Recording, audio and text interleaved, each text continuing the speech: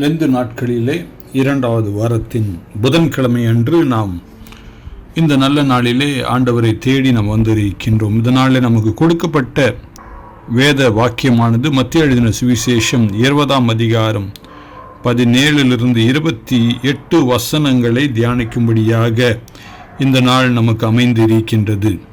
இதில் விசேஷமாக எனக்கு மிகவும் பிடித்தமான ஒரு வசனத்தை இந்த நல்ல நாளிலே உங்களுக்கு முன்பதாக நான் வைக்க விரும்புகின்றேன்.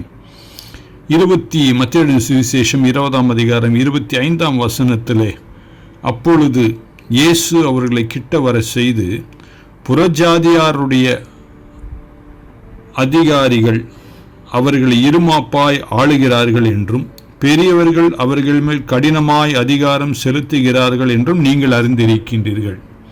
ஒருவேளை இந்த நாட்களிலே நாம் பார்க்கின்றோம், எல்லாம் பயங்கரமாக இருக்கின்றது, என்னை சுற்றி உள்ள அதிகாரங்கள் எல்லாம் பயங்கரமாக இருக்கின்றது என்று சொல்லி நாம் குறை சொல்லி கொண்டிருக்கின்றோம்.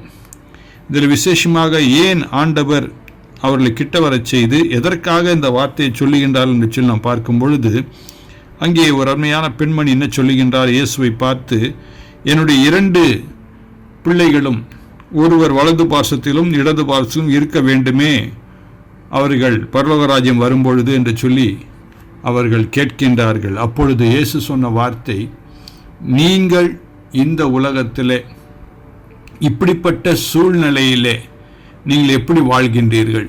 இந்த குறை சொல்லி வாழ்கின்ற நிலையிலே வாழும் பொழுது நிச்சயமாக பரலோகத்திலும் நாம் குறை சொல்லி கொண்டுதான் இருப்போம் என்பதை அவர் சொல்லுவதை நாம் பார்க்கின்றோம். ஆகவே நாம் எப்படி இருக்க வேண்டும் என்று அவர் சொல்லுகின்றார் 26ஆம் வசனத்தில், உங்களுக்குள்ளே அப்படி இருக்கலாகாது. உங்களில் எவனாயிலும் பெரியவனாய் இருக்க விரும்பினால் அவன் உங்களுக்கு பணிவிடைக்காரனாய் இருக்க கடவன் என்று சொல்லி அழகாக சொல்வதை நாம் பார்க்கின்றோம்.